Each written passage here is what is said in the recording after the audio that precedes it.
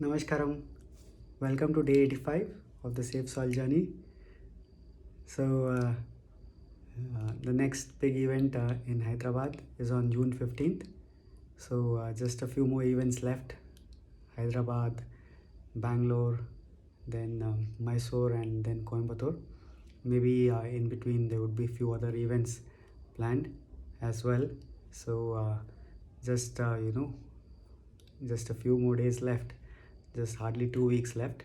So let's see how we can do whatever we can, and see if we can amplify the movement in the last few days.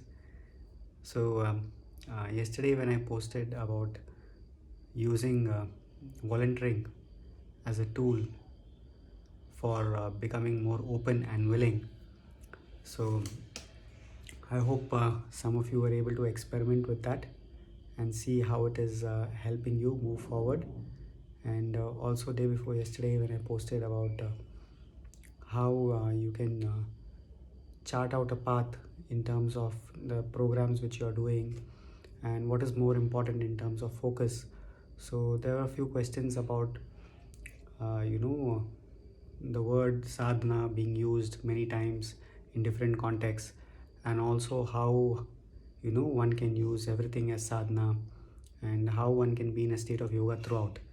So I just thought that in today's video I could cover about sadhana and the importance of it, and how it can assist us in our overall well-being and growth.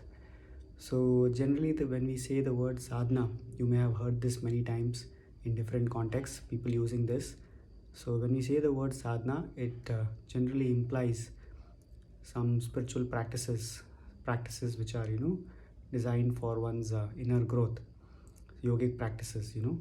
So when people say I'm going to do my sadhana, this is my sadhana time, so generally implies that they are mentioning that they have some practices, yogic practices to do, some practices which they have learned, which they are going to do. So but you may have also heard people using this word even for their work.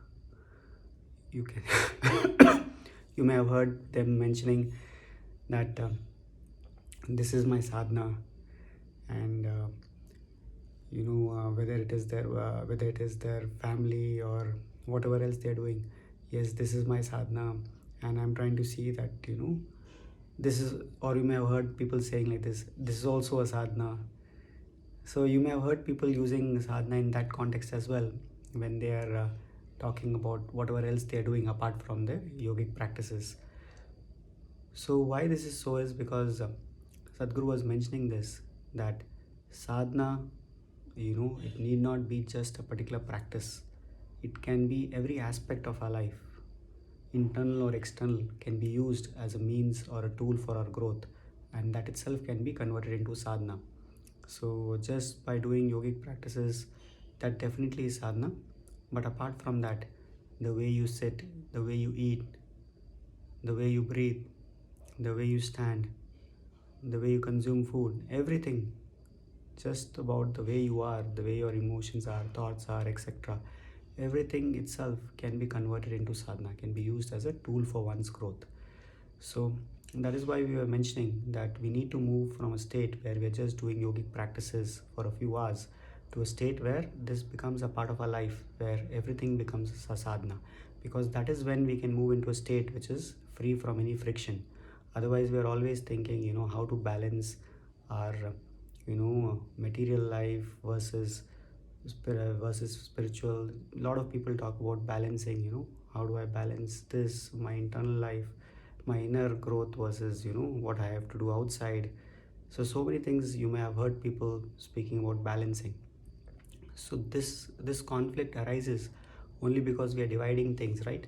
That this is something which is my yogic practice which I'm doing for my inner growth, but this is something which I'm doing for my survival. So this can change if we convert everything into sadhana, if we look at everything as a way for one's growth. That itself can become a sadhana for you. So you may have noticed, people in the Isha Foundation, when they're volunteering, they're almost doing non-stop activity throughout the day. And sometimes you may be wondering that Where do they get time for their spiritual practices? Because they're non-stop into organizing this or that. So the thing here is that this itself is a sadhana for them, because the way they're approaching it, it's not that they're looking at it as a work or something which they have to do, by the clock, that from this time to this time I have to do, and the rest of the time, I'll do something which is this is my own time. This is something which I'm doing for someone else, and the rest is my time. It's not like that for them. If you just see that everything which you're doing becomes as a offering for you, becomes as a tool for your growth, then that itself can become sadhana. So people were asking that how can we make everything a sadhana? It's just that if we approach everything in that particular way, that everything is important. Nothing is more important or less important. Everything is important for us, and if you just approach every single act which we do with the same importance, then we'll see that everything can become as a tool for our well-being. This is the simplest way, just to see that how we do not discriminate between this is important or that is not important, and we pay attention to everything. And one of the simplest tools which you can apply is those 5 tools which you have learned during inner engineering program. If you just see how to apply these tools throughout the day, Sadhguru keeps mentioning that if we can remind ourselves every hour, or if we more distracted, we can remind ourselves even more often, maybe every half an hour. If you remind yourself of those 5 rules, then you will see this itself will set the ambience within you that you can be in a state of yoga throughout. Because otherwise you will just see that when you do the practices, you may feel certain things, but once the practice is over and after a few hours, you may feel you're getting caught up with many things. So that's why it's very important that along with the practice, those particular tools which you have been given to you, the rules, we keep reminding ourselves of them. So if we just keep doing that and see that everything which we come across, everything is important, then you'll see being in a state of yoga for 24 hours becomes a possibility. And this itself becomes like a way for one's growth. One need not do something else for their inner growth and for their outer growth. It's something which happens all the time. And it's very important that we, yeah, even if we are doing that, we don't compromise on the practices part, because sometimes we think, oh, my work itself is sadhana, so I don't need to do any other practices. So that's something also which we need to be wary about, because irrespective of whatever work we are doing outside, sometimes Sadhguru says we should also spend where we're doing some activity like sadhana, which is which is not dependent on anything outside. This is more like an internal activity or a kriya which you're cleansing your vessel from inside. So something like this is very important, because otherwise whatever activity which we do is always subject to some results on the outside. But this is something which doesn't have any dependency, and it's very important that you spend some time doing that as well. Apart from that, if you do these yogic practices, it helps in moving the energies. It helps in moving the energies upward, as Sadhguru says that it indicates, like if you just, in terms of experience, you'll just see that the intensity or your energy levels increase. You will tend to feel that once you do the yogic practice, suddenly you will feel that there's a increase in your energy levels, and you'll feel a sense of aliveness. So this is something which is very easily possible through these practices.